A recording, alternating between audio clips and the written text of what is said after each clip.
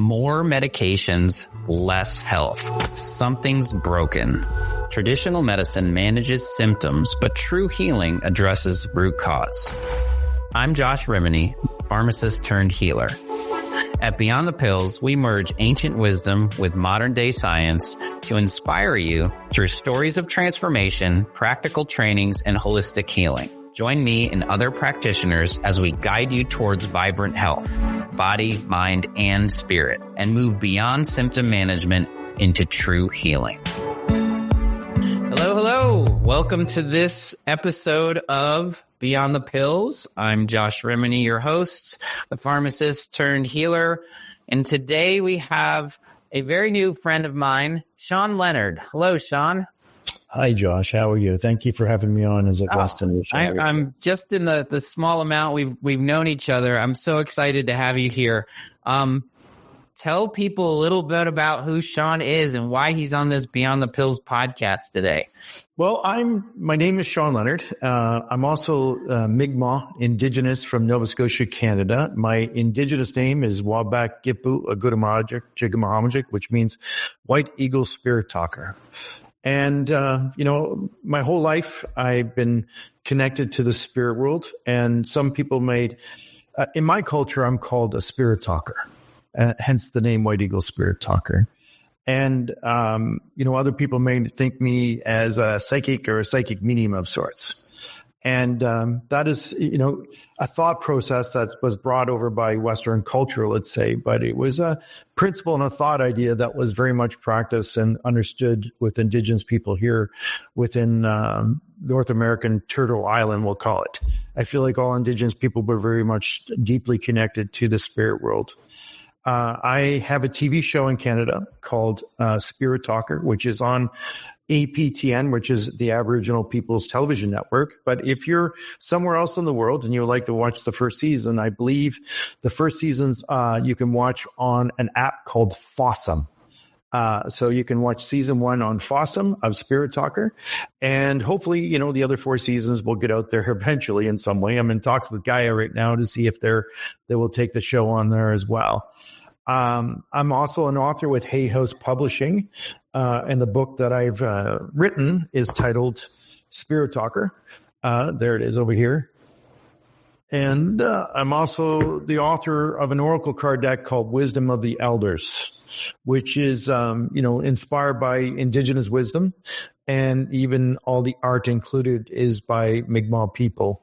And that was one of the things that I really wanted to do. If I was going to do an oracle card deck, that it had to be traditional teachings, but it also had to be traditional in the artwork. And, so I'm really happy that the publisher Eos was able to kind of make that happen for me. But I'm also a teacher, and I teach an online course called Spirit Talker Tribe. And I've been teaching my online course for about 7 years, and it teaches people how to integrate their spirit and raise their energy vibration in a way and understanding so that they can make connections to the spirit world themselves. Because I feel like it's really important that all of us have a deep understanding of who we are first, which is spirit having a human experience. And, we're here to express ourselves in our unique ways as we walk through life, but also to maintain and to remember and maintain that relationship that each of us have with spirit and the spirit people, our ancestors. You can call them spirit guides, angels. I mean, there's so many different names for all these things. And, there's a lot of similarities between, Western culture and Indigenous cultures as well. And even we have a teaching in Mi'kmaq that Elder Albert Marshall and his wife Medina came up with, and they've named it Edamuktawak, which means in English, two-eyed seeing. And what I think is really great is because me as an Indigenous person, and I'm trying to kind of integrate, type of thought processes around connecting to spirit, but also with my culture and that deep understanding in relation to that, but also integrating like Western philosophy and thought processes around that. And I think that, Josh, you're doing something similar to that too. And that's why I felt drawn to be a guest on your show. And I'm really grateful for you for asking me to be part of it. And hopefully we can take your audience and maybe even my audience down a deeper enrichment of understanding of what that integration may look like in relation to Indigenous cultures and Western thought philosophies. Yeah, it's a great point. Like, I want to talk about the spirit talking, the spirit world, like these things, because I call it the West world. It's the westernized approach, right? I came from the analytical cloth, right? Pharmacist turned nutritionist, entrepreneur, owned his own business, community pharmacy. Wasn't enough. Pill for the ill didn't work for me. People that know my audience, my tribe, knows that the pills don't work. And so I kept seeking more healing, like, because I got cured from cancer as a 16-year-old, and it moved me into pharmacy because that's what I thought cured me. But then it moved me down this line, right? Yeah. To functional medicine, which then led me into the energy world, the spirit world, right? So, we got to hear it from different lenses, right? We got to hear the analytical. We got to hear the science, right? Spirit means, to me, science is quantum physics. It's looking at from an energetic perspective. And then I call it, like, in all purposes, right? For all intents and purposes, then you've got let's call it the woo-woo side, right? The people that are into energy and spirit and source and looking at it from that perspective. We talked about that earlier before we were recording here, of the blending of the two. It's not the or. It's not like you're sitting in the spirit world or in energy. It's particle and wave, right? It's the whole component of looking at spirit, energy, and looking at this three-dimensional, like you said, I love the beauty, like, we're divine beings living this human experience, right? The human experience is the five senses, is how we experience life through this space. So talk to people about it, because you've wrote a book, you've got a following, you've got a TV show. Talk to us about this side of it, right? Not the physical side of healthcare, where people are doing the right supplements, eating the right foods, unlocking, like, I call it working on the chemistry, right? There's this energy body, right? This whole thing that we can't see. I always tell people, if you don't believe it, but you believe that this thing has a signal and you get a phone call, so there's energy moving from here to there, getting into you. It's all energy, right? Of course. So talk to us about this side of spirit for you, like the book, and I also want to talk a little bit about, like, your journey in this. You said you're Indigenous, the Mi'kmaq Indigenous people, but were you always like this? Was this something that you knew, or was it something that you were awakened to that led you down this path, which is generally how I see it? Right. What I would say is, I've always been Indigenous, of course, and there's always been an aspect of culture. The spirit talking thing, right? Yes. But in part of Indigenous culture, it was always very deeply and richly connected to the spirit world in many ways through our ceremonies. So it was very common and normal. It was not like abnormal or paranormal. It was very normal for us to, connect through ceremonies in different ways. Now, was I always deeply connected to my culture? No. I lived life like everyone else. There's I think as we move through life in our unique ways, that we become enlightened about different ideas, principles, and even in relation to who we are, etc. Growing up, raised very Catholic by my mom and my grandmom, very, strong Indigenous Mi'kmaq people. My dad from Western Canada was Métis and joined the military, and also Christian practicing, let's say. And but there was a reason why I wasn't as deeply connected to my culture and my spiritual connection to ceremony until later in life. It's because growing up, my grandmother, Margaret from Newfoundland and from the Mi'kmaq community, married, my grandfather, Leonard. And had 16 children, and he was a white guy and with very strong Irish descent. Just a few. My house. That's not even a basketball team. That's like a football team. If that happened today, you'd have a reality show for sure. And I think your neighbor had like 18 kids it was almost a competition who could have the most children, I think, back in the day. Or, when the church said, go forth and multiply, they took it seriously. They like gremlins, just throw water on them. They go. Exactly. My grandfather would go away. He was a fisherman in Newfoundland, and he was scared to come home because every time he come home, there'd be a new child waiting for him down on the bank. So it was just like, but, he obviously loved children and family, etc. But, back when my grandma was born, understanding who you are as an Indigenous person was almost frowned upon. Our ceremonies and who we are as Indigenous people was kind of like stifled because of, different religious beliefs and even government within Canada. Hence why we had a residential school issue where people were trying to, let's say, convert and reform Indigenous people and take the Indian out of the Indian. And so we kind of lost a lot of that. And I remember my grandmom growing up saying, she'd say, Shawn, you're Mi'kmaq, right? I'm like, okay. Like, I didn't know what that meant. Like, I didn't know what being Mi'kmaq really meant in relation to who I was as a person. And even later in life, as I start to embrace and learn about myself, because we're all in a process of discovery, one form or another. So I wanted to learn who I was, not only genetically, but spiritually. So it helped me to meet different elders and learn different ceremonies, be part of different ceremonies. But I really didn't grasp the concept of spirit, let's say, until I was about, and like you said, very young in age, where you had to overcome cancer. I had not experienced like that. I had experienced a loss of my father. And it was actually when I was 15 years old, where my father had passed away from a massive heart attack.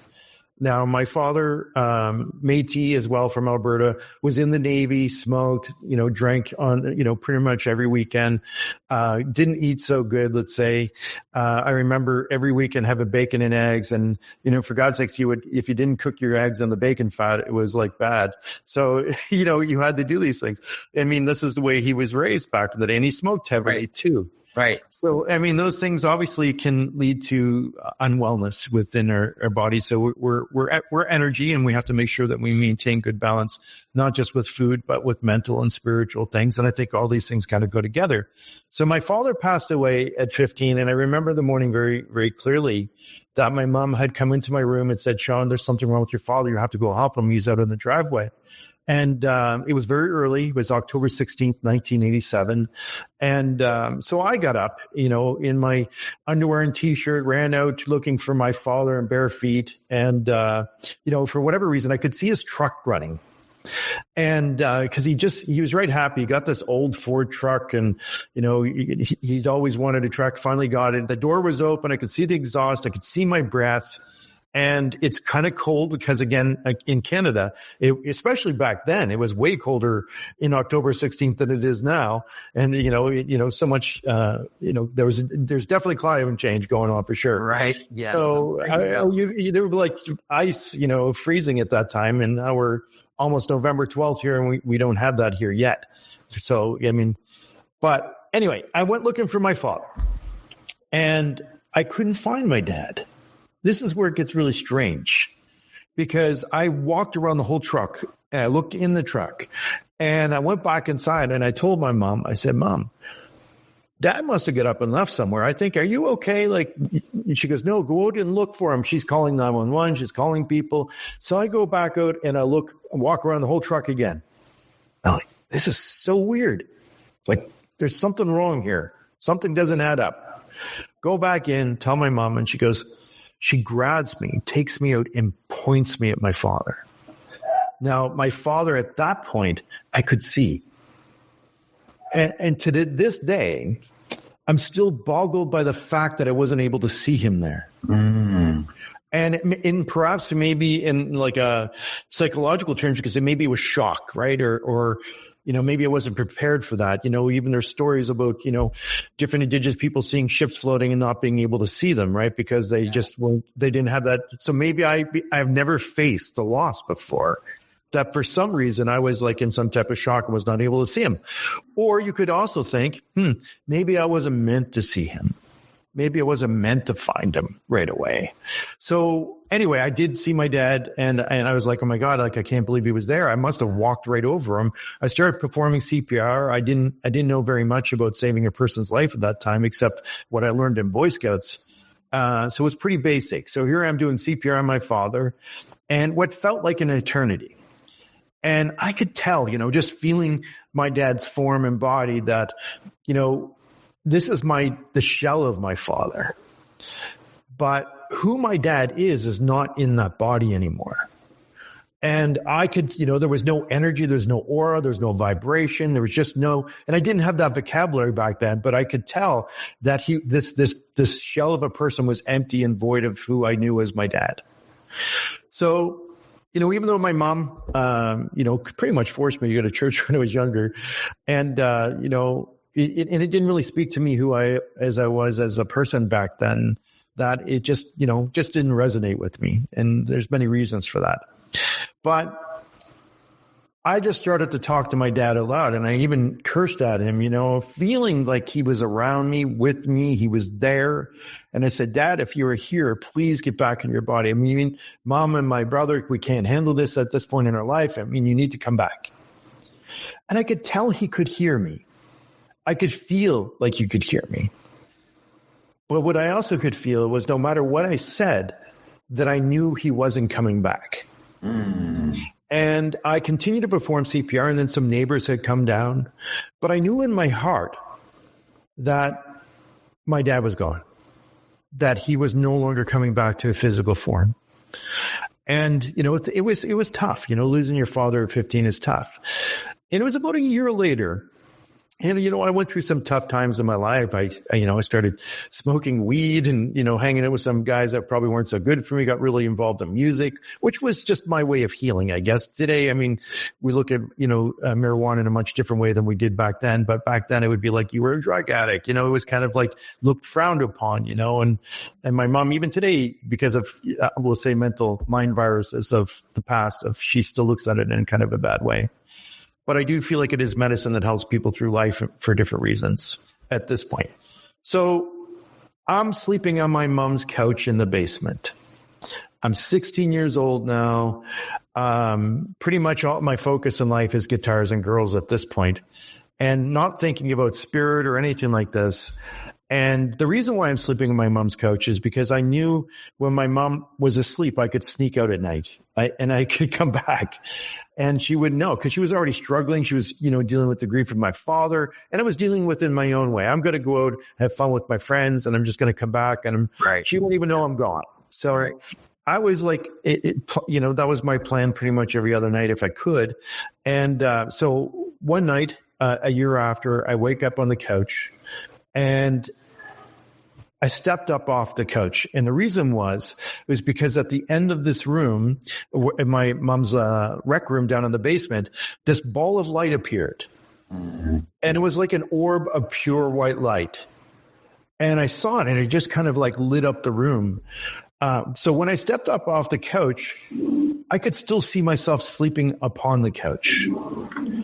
I thought, okay, what's going on, right? I'm thinking maybe I'm dying. Maybe I'm leaving this world. And then the ball of light grew larger and larger and larger and larger. And as it got to about the size of a person, out walks my dad out of the light. I'm like, oh my God, Dad, you're alive. And, as soon as I thought that, my thought went to, what the hell are you wearing, Dad? Because my dad was wearing a long white robe. He was glowing all white. And it was like, he looked almost angelic of sorts. And I thought, this is ridiculous, Dad. Like, what the hell? You would never be caught dead wearing this. Literally, he would not be caught dead wearing this. Like, he was a hunter, fisher, drank, cursed in the Navy. Like, this is not what the pure part of him, right? Yeah, that's right. It's not what I'm expecting to see my dad as, right? It just like totally mind blew me. Like, and then as soon as I saw him, he knew I was angry. And he said, Shawn, you need to calm down. And I'm like, okay, I'll calm down. But I didn't say I was angry. He just sensed that I was angry. And then he started talking to me and he said, Shawn, I've come to you with a few messages. You need to tell your mom I'm okay. And you need to tell your brother that I'm okay. Can you promise me that you will do this? I said, I promise you, I will tell mom that. And then even though he was still talking, I saw this light behind him from which he walked out from. And I became fixated on it. And all I could think when I saw the light was, oh my God, that is home. That is reality. I'm in some type of fake reality. And this is like long before the Matrix, that this is like, I'm living in some type of world that is not real. That this is the real world. I could feel it. I could see it. I could sense it. I knew it. I remembered it. And all I could think about was going into it. And every time I tried to walk towards the light, my dad would step in my way. He says, no, Shawn, you're not coming in here. I said, well, I'll just go in for a little bit. He goes, no, if you come in here, you're not going to. I mean, see what's there, right? The curiosity of the 16-year-old. You're not going to want to come back. I'm like, no, I'll come back. And I knew I was freaking lying too, because I was like, if I could get my ass over in there, there's no way you're getting me back. Yeah, you knew, right? I knew. I was like, I just wanted to go home. I would have left everything at that time, and nothing, really meant anything in a sense of value to me in any way, even my body. I was just like, okay, this is the shell of the person that I once wore, and it's okay. I don't need it anymore. And he said, no, Shawn, I'm going to show you a few things. And then he showed me what it would look like for my mom if I chose to move into the light. And I got to see this image of my mom over the next 7 years. And it was like almost like fast forward. I got to see all of her experiences, her pains, her issues, her problems, the struggle that she would go through. And it was heavy, really heavy. She would grieve for another 7 years before she'd actually start coming out of this kind of bad, dark space that she was in. And I don't think she'd ever recover the loss of my father and myself. And then he showed me what it would look like for my brother. And now my brother would get over me, in a few years. He was young, but he would still struggle. And then I said to Dad, well, look, it doesn't matter how much suffering, how much pain they go through. They're going to come home one day anyway. They're going to overcome this. They'll get through whatever they need to get through, and they'll come home with us. He goes, no, this is just a potential future. This is not the future that was meant for you. And he said, you don't know this, but me and you have had a plan long before both of us were born. I'm like, a plan? He goes, yeah. He says, I left your life at that time.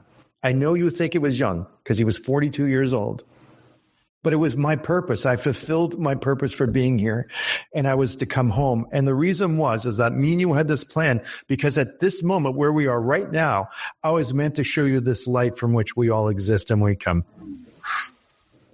I'm like, okay, so now that I see it, and what does this mean? He goes, well, you're going to be helping people one day. And I said, what do you mean helping people? He goes, well, you're going to help people understand the connection between this space and where we are. I'm like, how the hell am I supposed to be doing this? He goes, you really don't do anything. It's just going to happen to you. I'm like, this sounds like Yoda from Star Wars and gibberish. That's what I'm thinking. This is like ridiculous. And it kind of is. It's the Force, right? It literally is the Force. Spiritual, but yeah, continue. I'm loving this. I just tried to walk past him again, and he got in my way, and he says, "No, you can't come." He says, "Remember what I said," and he touched me on my forehead, and I woke up on the couch. And it was like a life-altering moment for me at 16 years old. And still, I was like puzzled about what my dad had said. Like, I never said, okay, well, how am I going to go out and serve people? I'm going to go help people. How am I going to make this connection? Right? I didn't do that. I continued on with my guitars and girls approach to life for the next 4 years or so. And it wasn't until I moved to Calgary, Alberta, Canada. I got a job. I met a lady. We had children, 2 girls. And then I started to decide that I felt like there was something missing in my life. And something happened really to me physically that kind of startled me. And what it was I had a health scare. I went to the doctor because I'm now a father, and I decided, probably would be a good idea to, my dad died at 42 of, he had high cholesterol and I had a heart attack. Maybe I'll go get myself checked out, So I went and I smoked, I wasn't taking care of myself. And my ex-wife now said, you should go do this and just make sure. So I went and got checked, and sure enough, my cholesterol was so high that the doctor said, you won't make it to 42 years old. You will be in the spirit world with your father if you don't change your life. I'm like, really? She goes, well, I'm going to give you 3 months. And if not, we're putting you on medication. So it scared me so much. I decided to quit smoking. I got the patch. Took me about a month, but I finally got off the smoking. I started going to the gym, and I started to exercise. And then I started to become within 3 months, I lost like 15 pounds and I started to take really much greater care of myself. And then I went back to the doctor, and the doctor said, wow, I can't even believe you're the freaking same person. That was how it was, so night and day of the shift and change that I made physically. But what also happened was I started to think about spirit more and about that visitation with my father. And I started just having conversations with the spirit world, and just, thinking about, things that my grandmom said when I was young, etc. And as an Indigenous person. So I started having little conversations with the spirit world. I started meditating. And making it a practice, it was part of my life. So I started walking this new spiritual road that wasn't formed even by my culture at this point. And it wasn't formed in any way, just knowing that there's something more to myself based on what my dad showed me when I was young. And I started to have experiences. I started to have things happen. I started to know things about people that I didn't know how I knew.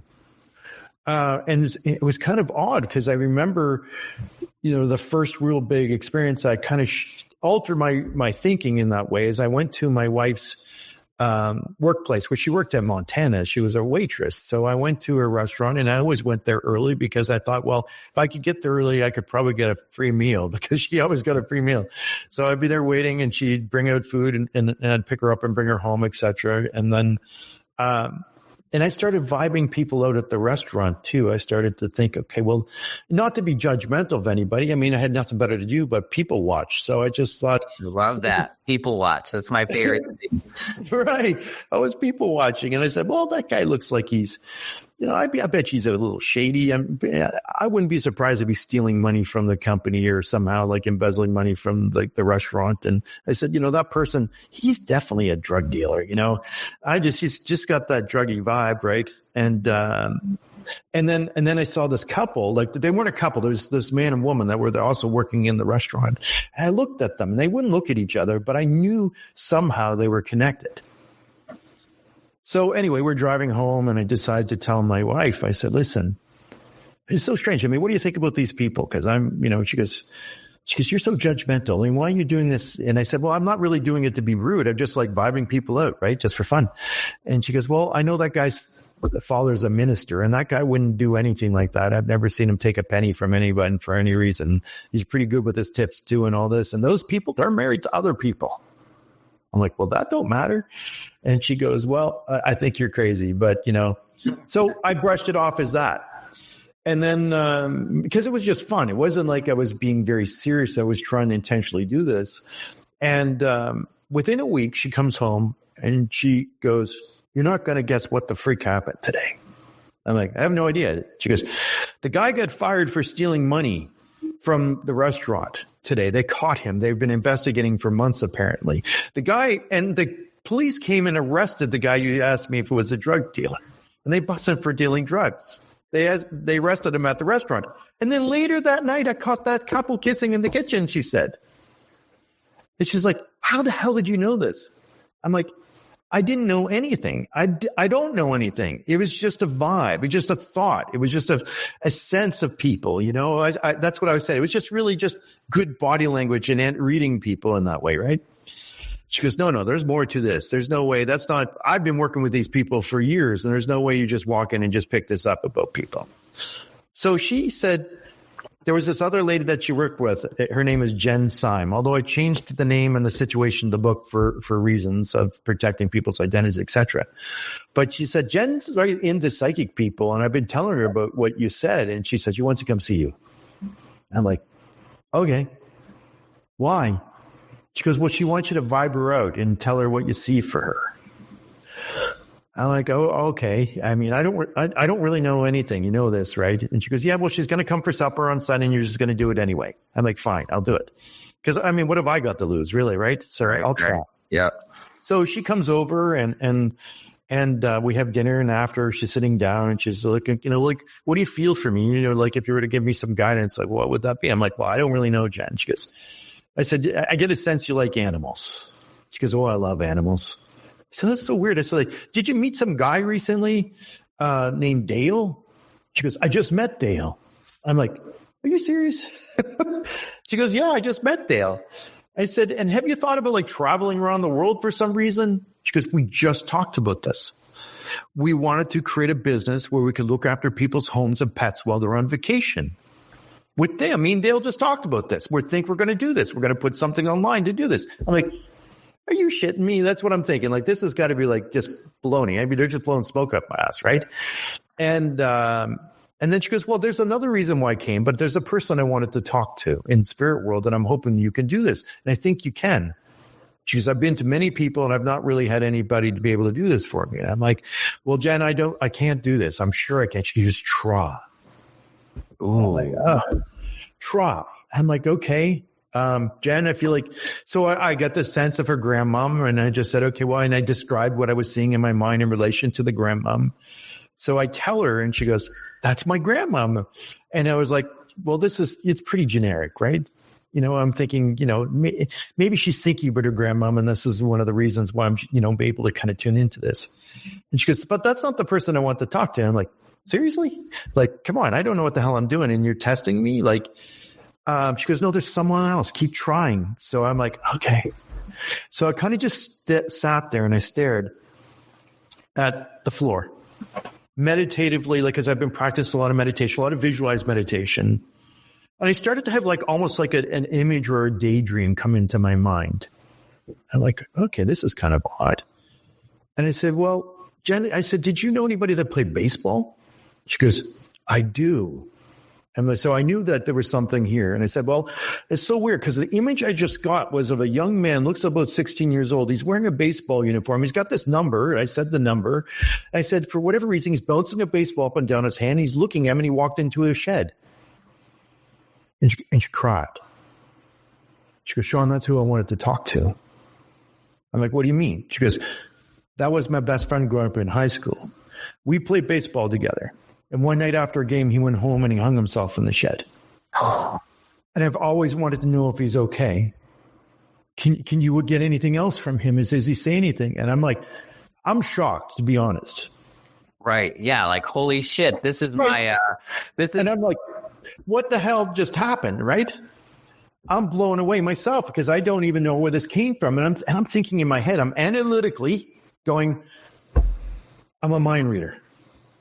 I'm able to get into people's heads, and somehow I'm able to like pull thoughts or images out of people's minds. That's where I chalked it up to, because logically I just couldn't understand how that just happened.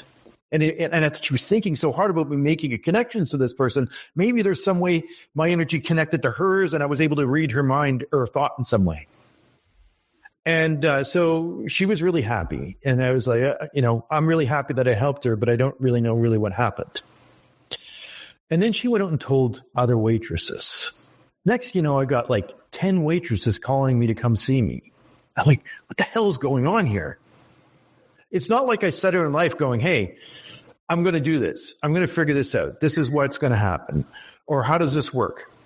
I didn't do any of that. And it was at one point that I had a fellow that I worked with named Orhan. And at this point, I was making office furniture in a company called Hayworth.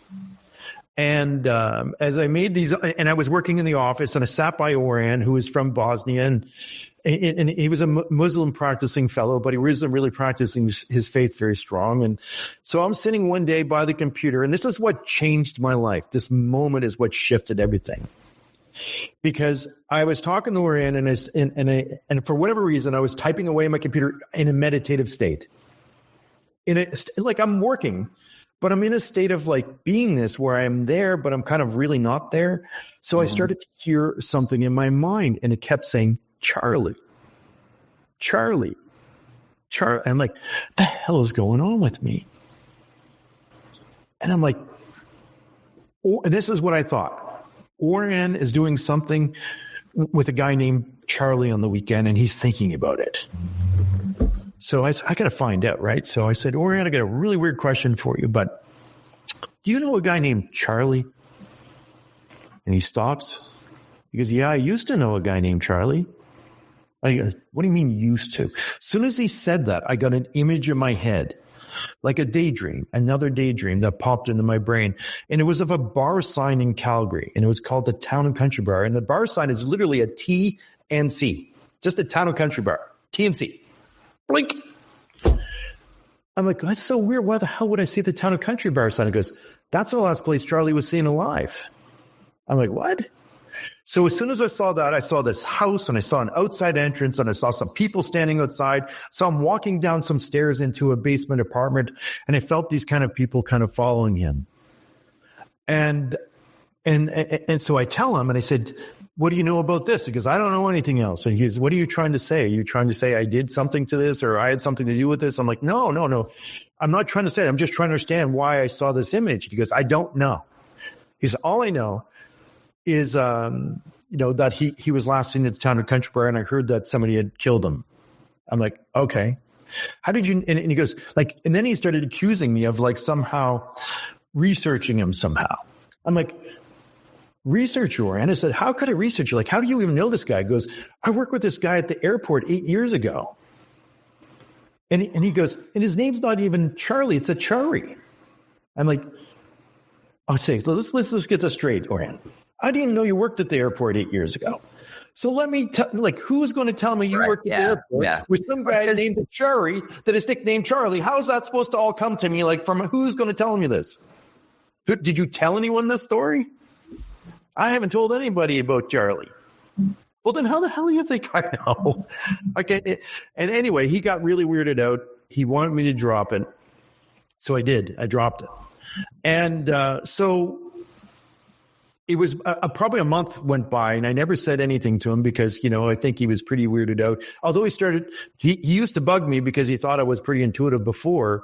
And he always say, well, Shawn, what's the lottery numbers today? Always give me a little bit of a hard time. Like somehow I should give him the lottery numbers or something. I'm like, I don't know everything. It just, things come to me. I don't know where it comes from. And he stopped bugging me after that day. And then I come in early and I pick up the paper, which is the Calgary Sun. And I'm flipping through looking for the sports scores of the hockey games in Canada, because everybody in Canada loves hockey, right? So I'm looking for the hockey scores. And there's a story about an unsolved murder of a guy named Achari, Manikim Achari. And they're looking for information, maybe if anyone could, because it was a cold case and they're looking for information on it. He was last seen at the Town and Country Bar, and then they put more details on the story about where he was found murdered and et cetera. And it was at this house in his basement apartment in the southeast forest lawn area of Calgary. And I'm like, oh my God, that's exactly what I saw. So Orion comes in, I put the paper down, I'm underlining, circling everything. I read this story, and he goes, so he read it, and I said, do you remember this? That little conversation we had back in the day that you don't want to talk about anymore? He goes, no, not really. And I'm like, I know you do. Stop shitting me. Just tell me the truth. He goes, I remember. I said, did you know this? And the house, the downstairs basement apartment, did you know any of this? So he says, what are you trying to say? I said, I wasn't even in the country when this man was murdered. I wasn't there. I don't know this. He goes, why is this so important to you, Shawn? It's because, Orion, weird stuff's happening to me. And I'm going to tell you, I feel like people in a spirit world or a place in the spirit world are communicating to me somehow through things that I see, things that I feel, things that I hear or sense or etc. And I need to know, if you didn't know this, then I know it's not in your head. It's not in you. It's not something you know in any way. And I can't be reading your mind. And he said, what is it going to take for you to believe me? And I said, I didn't want you to swear in your family's life or something. I need to know for sure. And he said, I'll do it. I swear on my family's life. I didn't know this. Are you going to leave me the hell alone? He said. I said, absolutely. He says, this is all you want to know? I said, yes. He says, why is this so important? Because, Warren, if you don't know this, it's coming to me from somewhere. And it feels like people. And it feels like they're telling me stories. They're telling me things. They're showing me things. I'm getting things. And I don't know any of this. So if it's not coming from your mind, it's coming to me from somewhere. And that was a pivotal moment. It was like in a second, I understood. There was like a language of communication. Again, and then that led later to me understanding more about my culture in relationism. It inspired me to learn more about ceremony and connection to spirit. It wasn't my culture inspired me to make the connections. It was like, okay, I know spirit's real. Now I want to know about how to celebrate that, to connect to it in different ways and to approach it respectfully and to not to do the ceremony to like do sessions or readings and such, but just help me to enrich my spiritual connection to spirit itself. And I thought about what my dad said, when I was young, like one day you're going to be helping people. And I thought that, then it seemed so crazy and ludicrous. But how did he know who I was to become? How did he know if there's not some plan made for us, general plan, let's call it, because we still have free will, I believe. But there's a purpose and plan for each of us. And sometimes it's unfolding. You don't even realize it. It's the right person, the right conversation, the right circumstance, everything alignment in my life. And I started to see, once I started to recognize the alignment, of where I was being guided or how I was being led to serve or help people in life, more alignment things started to happen. It's strange. And I know me and you spoke before where you said that you were just down doing a ceremony and connection to animal spirits and things like this. And here you asked me to be a guest, and my next book is coming out is about spirit animal totems. And I had no idea what you did until we got on the Zoom today, right? I know. And you literally said what I was thinking, okay? Not because you're reading my mind, but like I want to pause and continue the story, but pause for a second because sure. What you said right in the end was magic, right? It's not that you became this thing and you read people and you're this. It was this happened, that this happened, that this happened, right? That random person that was interested, the waitress, and you didn't know what you were doing. You just did it. It was the thing. And there was no calling. It was just the thing. Yeah. And then, but that opened another door. And then all of a sudden, so it's the interweaving of, because this is happening in my life right now. I'm aligning where I didn't have a clue, right? There was these pieces. I call it the jigsaw puzzle of my life. I'm really good at generating ideas. I'm a visionary. It's this and this and this. I see the future of pharmacy and I see the future here. And not because I see the future, but I just know it. And it's there, it's there, it's there. But this jigsaw puzzle of life, it's like putting 3,000 jigsaw puzzle pieces on the table. But now that there's this alignment happening for me, to me, like, because it's like this, it's like this jigsaw puzzle's magnetically like forming itself in this 5D puzzle that I'm not even doing, right? It's so there, you talked about two things, free will as well, right? And when your dad said it, it's like, this is one possibility. So I want to put a little science in this just for the people that are like, this is freaking way out there for me. It's like, no, quantum physics is our new reality. We're living in one of those multiple realities. And if anybody doesn't believe me, look at all the dang Avenger movies and Marvel movies right now. It's all about the multiverse, right? We have they're all existing at the same time. And we have choices we make that move us into one box over here or over here. And the word and, not or, and at the same time, spirit, source, God, whatever you want to call that thing, is conspiring with you to bring it in this way and manner in which you least expect it. When I see that piece of like, holy shoot, like how in the heck did that happen? Then I know it's the right way. It's like awe, right? That thing that you're like, oh my gosh, synchronicity, right? If somebody doesn't believe that spirit works, how many people have had a synchronicity in their life that they just can't explain? Oh, I'm thinking about that person and they text me, right? There's this entanglement that we have. So energy's there, spirit's there. But I loved how you said, like, I didn't do any of this. It wasn't like you were called to it, but you were, right? There's the calling is your dad said something, you heard it, it was there, but then it led you down this beautiful path. This happened, then this happened. Oh my God, I didn't even know. I wasn't reading anybody. I just had this daydream. And so I wanted to pause because there is a science to this and a spirit thing to this, right? Mm-hmm. It's however you want to hear the language, but it's all in harmony with each other. It's why this podcast is here, because we take both of them, stick it right together, and that's what it is. So, all right, and I just want to remind people, we're not just in the spirit world, like allowing it to unfold, and we're no part of this, because your doctor said, if you don't do some stuff, you're going to die, dude. And in 3 months, you took lifestyle. Thank God for your doctor, by the way, because the West world says your cholesterol's through the roof. Take this medicine. Oh, by the way, diet and exercise, do some things here and take this medicine. What do 90% of people do in this country? My country, the one that it loves medicine, right? Loves to spend all the money, all the world's money on medicine right now. They forget the diet and lifestyle. They take the medicine. 3 months later, they go back to the doctor, and the doctor says, your shit's still through the roof. We got to put another medicine on you. They thank God for your doctor that says, I'm going to do this in 3 months if you don't change. That does not happen this day because we're so used to diagnosing and treating with medicine. So I wanted to get that in there in this podcast because you changed your lifestyle and your diet. You made food as medicine, and look what happened.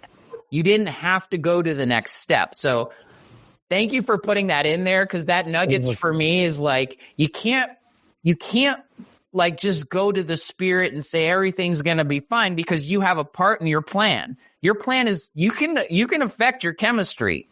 You did beautifully. And then it's this like mantra I have: push less, allow more. Push less does not mean don't push. It just push less. Allow things to come into play. So let's talk about this continuation of your alignment, right? Things are aligning. For whatever reason, this comes and then you're moving. Holy crap, this is a real thing. I don't know what I'm doing, but I'm here. And oh yeah, by the way, my dad said in this space when he needed to see it. I just love the beauty of the synchronicity of the timing, right? 16, you didn't just go, I'm going to go on the top of the mountain and hang out with people and read their minds and fix them. No, you still became 16-year-old. And you did this wave of life that got you right into that space. So let's continue the story because it's so beautiful. Yeah. You started understanding there's a gift here. I don't understand the gift, but I know it's there. I know it for real now, right? Yes, absolutely. Like I knew it was real, and I started to embrace it instead of like resisting or thinking. Right? You leaned in. I leaned into it, absolutely, because I wanted to go deeper down the rabbit hole. I wanted to understand more. I wanted to step into it more. And then it led to even me embracing my culture. And, when I realized that as connected as we are, right? Because we're way more, when you start to really understand that you're connected and you start to engage, you can hear my dog barking upstairs. Sorry about that. But when you start to really, back here, he's like, look how chill he is right now. He just like, Yes. But when you start to realize who you are in relation to being spirit and connected to spirit still, that who you are, even though you're, being this person you are through this physical form right now, that spirit is engaged and with us all the time. And you can call that, again, there's so many different words for this, but, in Indigenous culture, it's predominantly called your ancestors walk with you in a way, right? So with your ancestors, and they are your gods, they're your relatives, your family. So it's really encompassing, but not only in relation to ancestors. I mean, when you think about ancestors, we sometimes forget that Mother Earth is an ancestor, or Grandmother Moon or Grandfather Sun, when we have in our ceremonies, bring that into remembering the interconnection between us all, because And I knew that if you think about this in the past, right? Like there's other, probably new thought spiritual teachers in their day, like Joshua or Jesus back in his day. He said, there's no place the creator is not. He said, lift up a rock, you'll find me there. Split a piece of wood, you'll find me there. We have a teaching in Indigenous culture, and we say Emsit Nogama, which in all Indigenous cultures, we have a different word based on our language, but the teaching is the same. It means we are all relations. We are all related. It's because there is no separation between us and the environment, Mother Earth. And I mean, the elements of our physical body are formed from within the world. So there's a physical aspect of us, but also, the light of Grandfather Sun exists and, also is life-giving. And if it wasn't for the sun that has gone to supernova and created different molecules into the world, we wouldn't be who we are. But there's a divine intelligence in all that, just like our lives.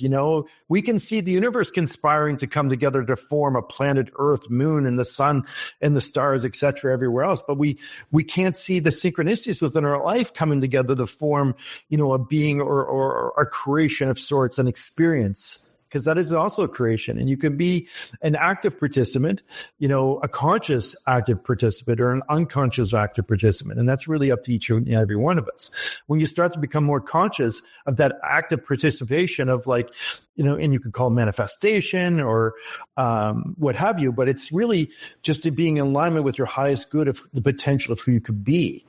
And when you step into that and you engage with the spirit world at the same time, there's this co-creation that takes place. Yes. It's a conscious co-creation that takes place that then we become more powerful creators within our life. And the universe conspires more to even kind of support you on the journey once you embrace it. And you may not know how all the pieces are going to come together, but you don't have to. You have to trust that they will in the time that they're meant to, and they do. You have to, I never set out in life thinking, okay, well, how can I have a TV show? I never did that. It was just, we have another show in Canada, in Nova Scotia, called The Curse of Oak Island. And maybe a lot of people out there. I know it. Yeah. I'm sure. Never ends, by the way. So I was like, I'm going to go on that show. Now, just a week before, I was with a Heos author doing a public demonstration in Halifax. I didn't have a book yet. I was thinking about writing a book. And I'm like, okay, well, I'll write a book and I'm going to self-publish. I don't care if I'm picked up by a publisher. I just need to get out in the world what I wanted to.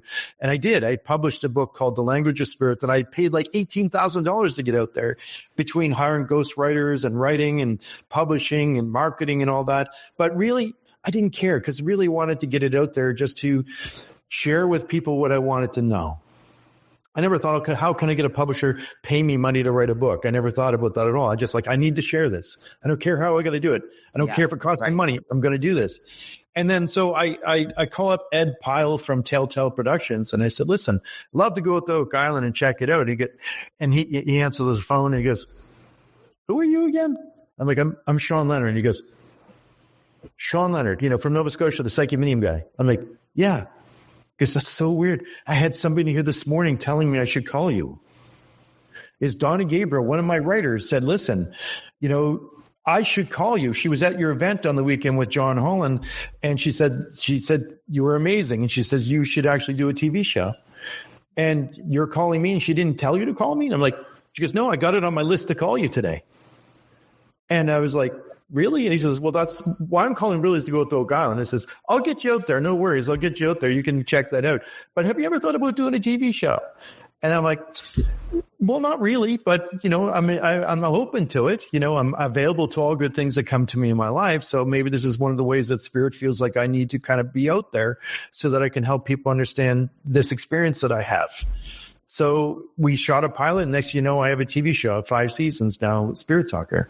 And, but I didn't plan on that. I didn't, there wasn't and like, when I wrote the I'm book, a medium, and I know I need to have a TV show, and I can sense and feel like that.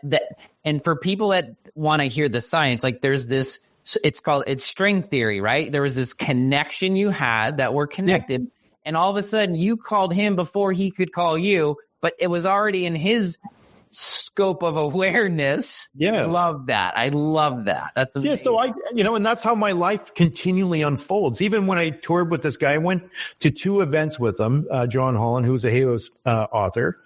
And he just loved me and how I work. And he just remembered me ever since we hung out, and every now and then we text and chit chat and such.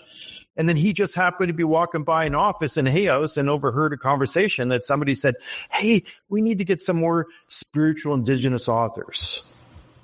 And he backs up. He goes, "What did you say?" He goes, "Yeah, we're looking to get a couple more Indigenous authors. Do you have any in mind?" He goes, "You haven't heard of Shawn Leonard?" He self-published a book through your sister company, Balboa Press, and I think it sold a few books too. And he goes, "Really?" So they looked me up. Next thing you know, I'm having a conversation with the second in command, for Hayos, and I've got a book deal next. And I'm like, I never even had an agent. It wasn't inspiring. I wasn't even looking. It was just like everything just kind of lines up, right? And that's how I see my life. And I think it's really important that when you're whoever you are and whatever you're doing out in life, to do it with your whole heart openly, and just do it because it's truly within you. It's a passion of yours, and things will come to you in the right time. I've been doing this work for over 25 years. 25 years. I wasn't ready for certain things. That is a great piece right there. Like, this is a huge thank you. 1, 2, because I'm thinking like, all right, tell people, right, as you're saying it, tell people like, all right, Shawn, I want you to bring it down to their level. Like, everybody has this within them, right? But it doesn't happen because I'm like, I know from my experience and Dr. Joe Dispenza work and working through my own place of manifesting and moving through this reality, none of this happens in fear or anger or frustration. Like you said, passion, love, like getting to that high emotional state, because that emotional vibrational state is what draws that to you, right? Yes. But it's not passive. I want everybody to know it's that beautiful word, and. You wanted to write a book. You knew that you had to share this thing. You're getting your voice out. You had high intention matched with an elevated emotion, right? A feeling and emotion that drew the energy stuff to you automatically, right? You didn't have to do anything. I always say, if you have your why and your what really clear enough, the universe will conspire with you if you have that emotional attention to that. We all have this in us, right? We all can connect to spirit and energy. What I love about you, and I want to talk about it continuum, but when you started to like bring back that part of your story where you started to nurture your Indigenous side, right? Because everyone says the Indigenous Native Americans, they were all into spirit world and this and that. Yeah, because their hearts were open. You said it in the very beginning of our conversation. Like, that's what we've done for so long. But in this age of information becomes the age of the intellect. But it's not intelligence. It's intellect. We want to learn more. The science. It's funny. Everyone wants to just create the next fastest quantum computer, but they don't realize this is the fastest one we'll ever make in the entire world. There's so much computing going on here, but we only use 10% of this thing, right? So the Indigenous people, they were connected to nature, connected to spirit. We just sort of forgot it because we got up here. Right. So the whole story of using your mind as the servant, not the master. This is why I feel like the conversation of the next humanity is we're starting to learn about this again and connecting this to this body, mind connection, spirit, right? And looking at it from a whole perspective. And you also made a great point, right? The whole component of the universe isn't this guy in the sky who's like putting down these things and dropping these things to you. You're living that experience in divinity through your own experience, and you're conspiring with it because you're the same. We're part of it. Yeah. This and this conspire together. And as you're aligning in your life, Hay House is coming, and it's a really big publishing company, by the way. I'm like, that's like, for me, it's like I my book's in my head. Where do I find a publisher? It's going to find me somewhere. It doesn't matter. Like, all that stuff is going to find itself out there. So Oak Island, Hay House, you're doing your thing. All right, let's go back to this story. Okay. So, I mean, and one of the things that brings me so much joy in life that I'm so happy that I'm part of is I'm able to help people understand, because, it's one thing when you go to people that are out in the world, and I do live shows. I do a cross Canada tour every other year where I go across, and I've gone down to the I Can Do It conference, which was the biggest audience I've ever was able to kind of like do my sessions with and do teachings with, which is amazing. So I'm really happy for AOS for allowing me to get out there and reach a broader audience in that way. But I teach a course like called Spirit Talk with Tribe. Okay. So in my Tell course, people about this. right? Because the important part is it's not that you need to come to me, that I need to reveal this truth to you that you don't have within yourself. And what I've developed is a process of helping people understand how they can be connected themselves in a way.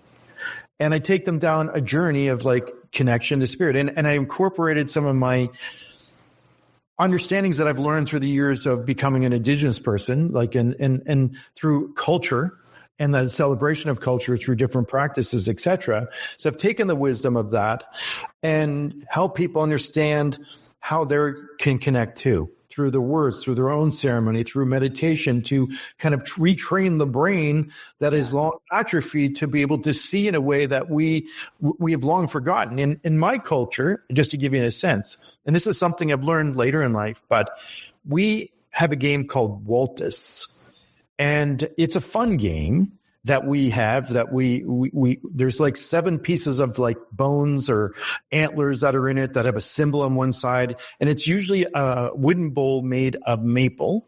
And we take the bowl and it's a fun game that you play with someone else. You bounce the bowl and all the pieces would fly up or fly down. And then, you get points, etc. But why I'm telling you about the bowl is sometimes back in the day, especially during colonization, we had ceremonies to connect to spirit, to receive messages from spirit that have been forgotten, and that I'm helping people remember this day. And I'm not saying you have to do the ceremony to do this, but to understand a concept about how my culture is connected to the spirit world. That they would have taken the bowl and through a ceremony filled it with water, and they would have left it out in the moonlight for 4 nights. Mm-hmm. And after the 4 nights, there would have been a sweat, I'm sure a pipe ceremony, and whoever could see would then hold the bowl and sit with the bowl after the 4 nights of being in the moonlight, because everything in Indigenous culture is usually within 4 days or 7 days, because there's a reason in our ceremonies that we do this, as there's 4 directions of the medicine wheel, etc. But so anyway, they would sit with the bowl and stare into the water. As they would gaze into the water, in a meditative state of mind, start to have visions about where they should go for their summer camp or where they should go for their winter camp. If somebody was not well, then the medicine person of the community would stare into the water and then know what medicine needed to be picked for that person, because they were struggling with this, that, or what have you. And so we'd also have guidance if somebody was struggling with grief and connecting to ancestor and receiving a message to help that person move through life in a better way. Now, this was a ceremony that was practiced prior to any colonization.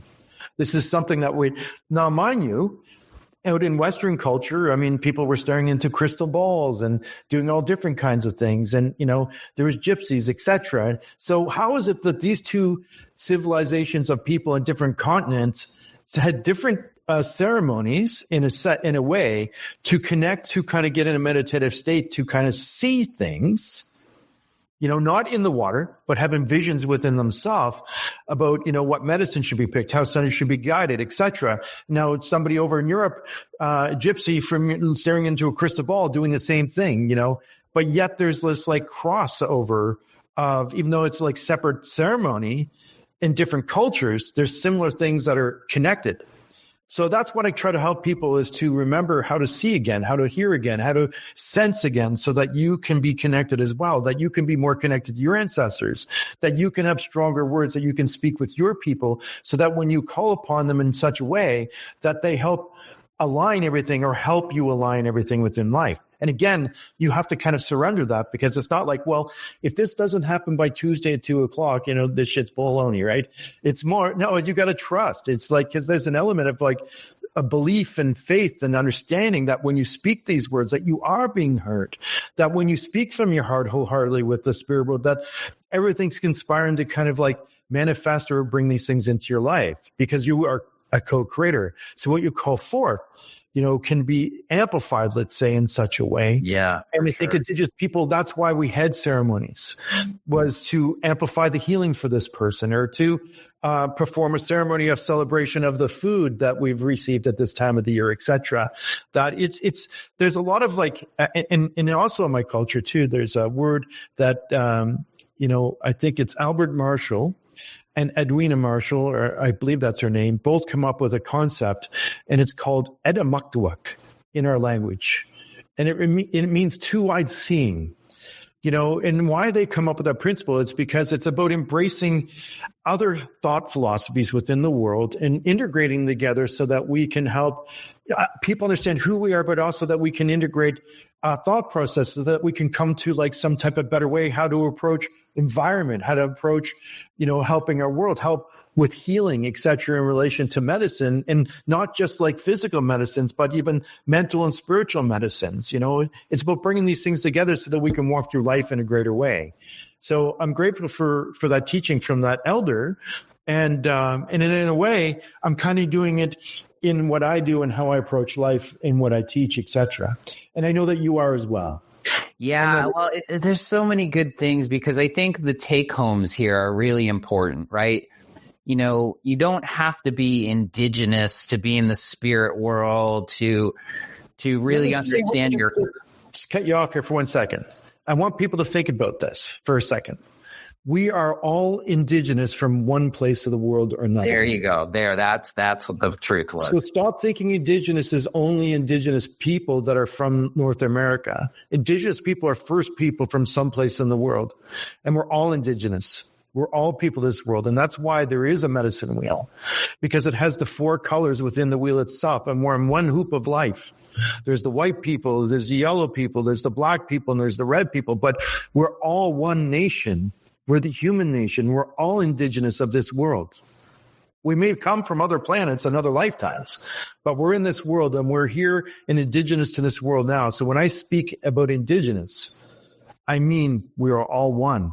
Mm-hmm. We're not separate. And that thinking has to stop, I think, in the world, and that's caused so much kind of like separation, as opposed to thinking that we're in one hoop of life. I love that. Thank you for that reframe, because that's the true essence of it is.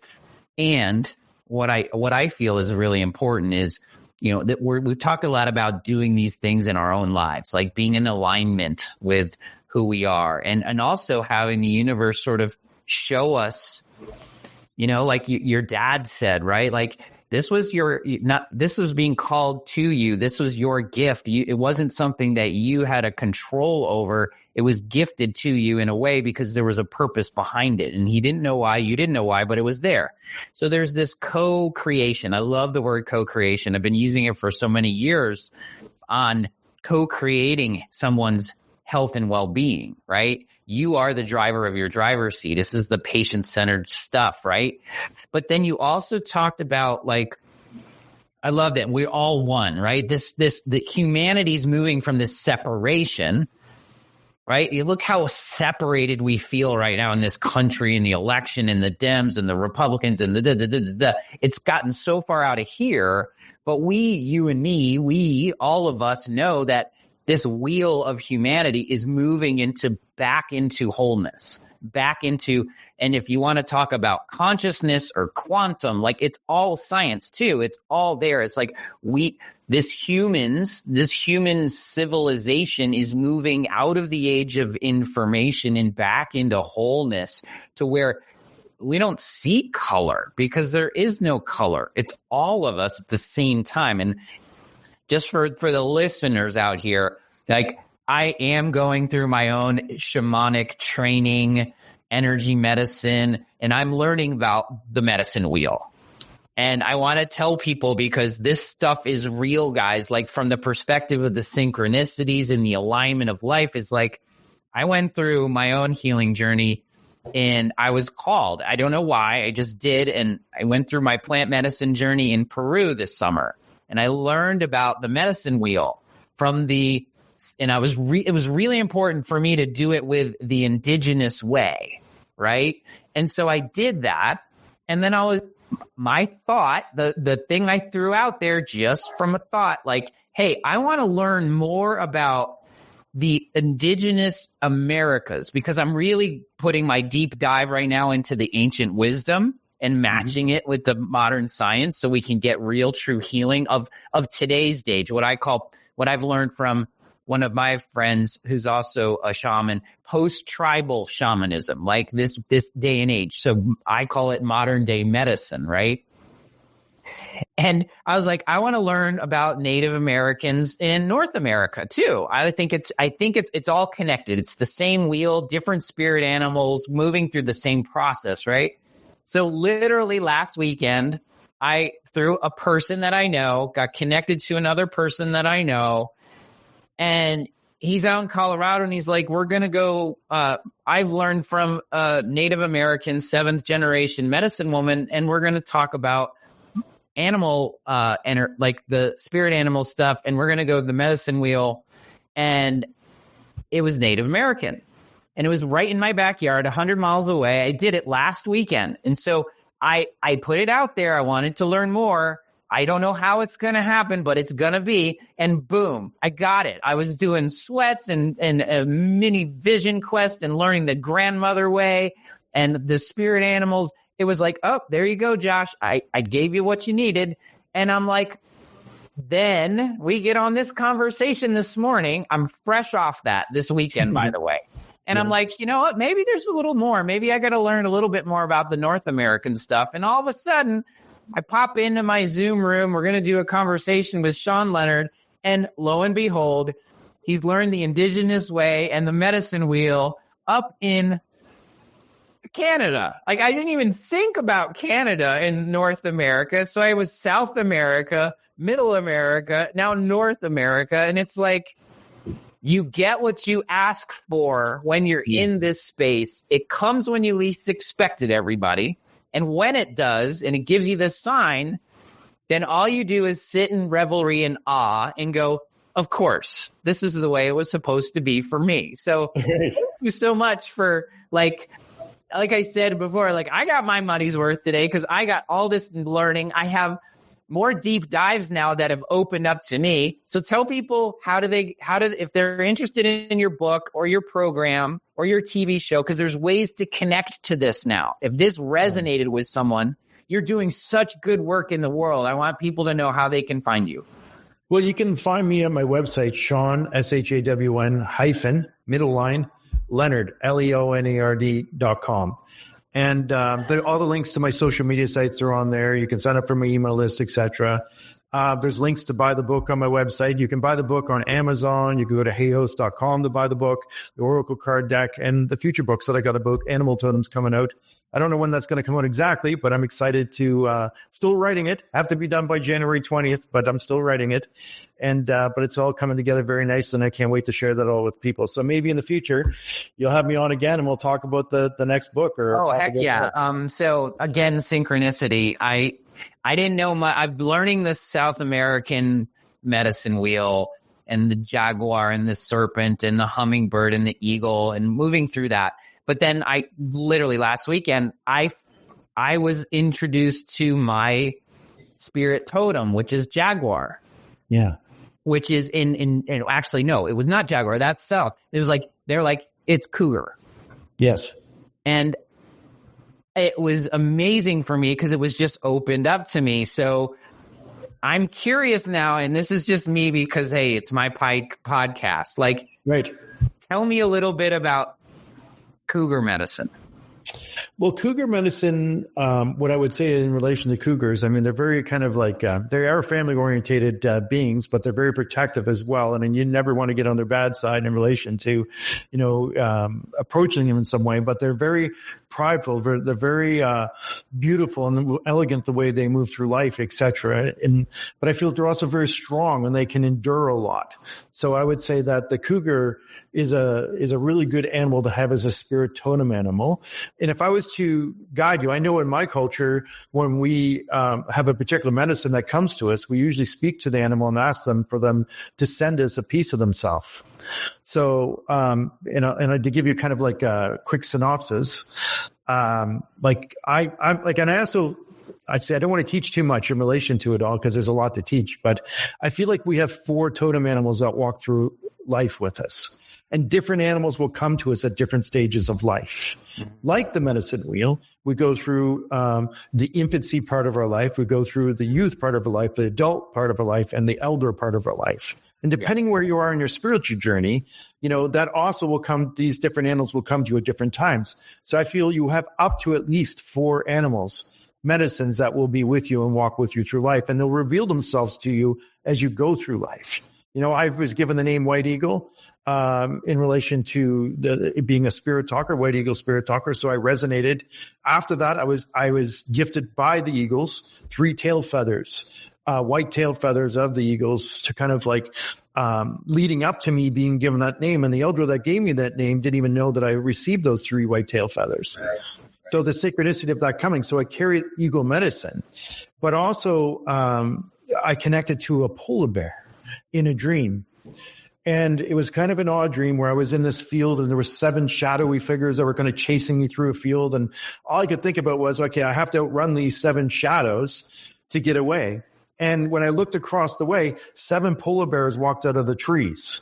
And I was like, oh, great, I'm going to die from polar bears killing me. So I started to run towards the shadows that I thought were going to do me some harm. Anyway, the polar bears were running towards us all, and I couldn't outrun the people, and then I had to surrender. So I got on my knees preparing for the polar bears to like jump on me and eat me, but they didn't. They all ran past me. And as they ran past me, each of the shadows they would pounce upon, and they just kind of dissolved. They weren't like there was no blood or gore or anything like that. They just kind of disappeared. Then after that, all 7 polar bears walked into one great bear. And after they walked in together as being this great bear, I woke up thinking, oh my God, the polar bear wasn't there to hurt me. The polar bear was there to protect me. Like I feel like your totem is as well, because there's different types of totem animals. There's like a spirit totem animal. There's also a spirit power totem animal. So there's this medicine that they carry to help you move through the life that you need to, because, they have to protect you sometimes from different circumstances, different energies. Just like, and thinking about Western culture, it could be that you look at it like Archangel Michael as the protector that you call upon. But in Indigenous culture, we look at animals in a very similar way, calling upon the medicines to help us through life for different reasons, to guide us, spiritually, or the power of an animal to protect us when we're facing different things in life. That medicine will help us to walk through, because the power of that the animal itself, as they walk through life, is given to you as well. And I think there's a very important reason why you're given that power totem animal in that way. So anyway, after that, I talked to the polar bear. Not like I went to the zoo and said, hey, Mr. Polar Bear, can you give me a piece of your fur or something like that? No, I spoke to the Great Spirit, the creator, or whatever word you want to use. Grandfather, son in Indigenous culture, sometimes what we say.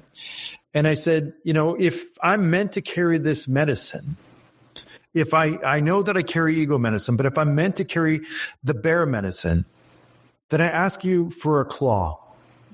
I ask you to send me one of your claws in some unique and special way. and I let it go. And, months had gone by and I really wanted that claw so bad. I started looking on eBay, for God's sakes, thinking, hey, maybe I should buy myself a gold-plated claw, right? And right, the intellect came in, right? The story's like, oh, I let it go, but I really did. Yeah. And then I was hovering above the buy button, and I'm like, I can't do this. It's a gold-plated claw, for God's sake. That's not what I want.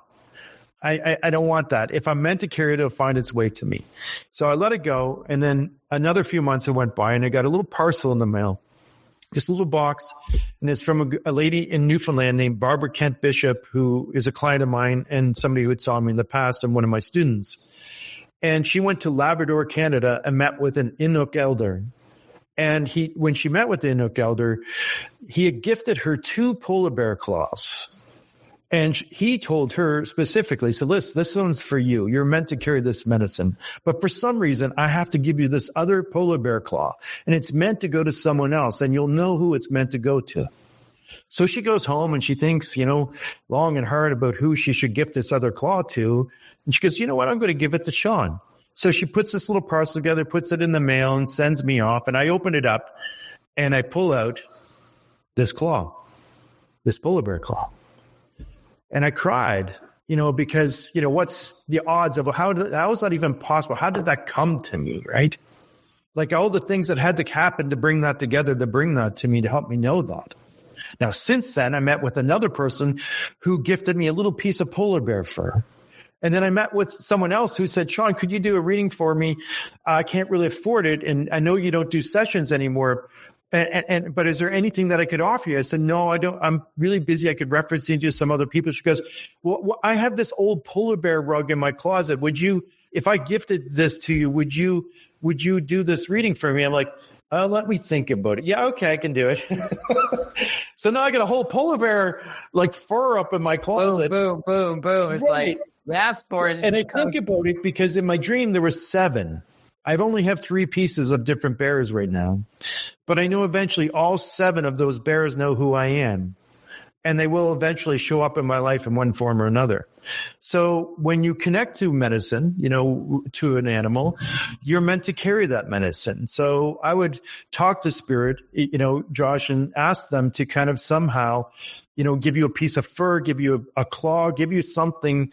And you don't even have to be specific. Just give me a piece of you so that I can carry with me, so that when I'm going or facing through different challenges of life that I feel like I need to call upon your medicine of courage, your strength, your determination, your focus, your love and compassion for family, what have you, that you can carry that medicine with you so that medicine walks with you in life. Okay? Thank you so much. Oh, you're welcome. That was beautiful. What a way to end a great conversation and a beautiful, beautiful session here. I just felt like I did get a reading. So awesome. So cool. Shawn-Leonard.com. That's where you can find all his stuff. I can't wait to grab your book on the Oracle deck because it's right in line with where I am in my life. So thank you, Shawn. I know that this is not going to be the last conversation we have for sure. Amazing. Is there anything else that you want to tell people before we end our conversation today? No, I say whoever you're and whatever you're doing in life, to approach life in the way that you feel drawn to, do it with the utmost joy, and do it because it's a passion that you have, and not because you think that somehow that's going to bring you this or that, whatever. Just do it because it brings you the most joy in life. And when you approach life with your passions and the way you do things like that, the universe will conspire and align with you to move you in the direction that you need to go. You don't need to know how it's all going to work out. Just step into it and trust that, spirit is in alignment with you to become the person that you are in the greatest form and expression that you can be. Oh, beautiful. Thank you so much. Thank you, everybody. I hope you got some beautiful nuggets and information on this. We have ShawnLeonard.com. We got everything we got. This has been amazing. What a special gift for me personally, but also for our listeners. Thank you so much, Shawn. Appreciate you. Thank you, Josh. I appreciate you and I appreciate the work you're doing in helping people understand that there's a lot more to just medicine, that there's a lot of spiritual medicine too that can help us through life and be well. It's about wellness and being the greatest that we can be. And you're co-creating that within life for so many people. So thank you, Josh. Thank you so much. All right, everybody, stay well.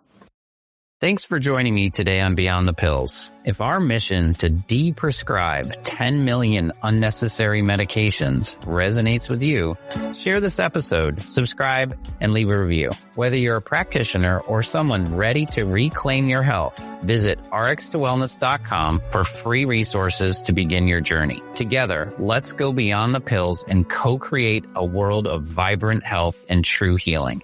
Until next time, live better and stay well.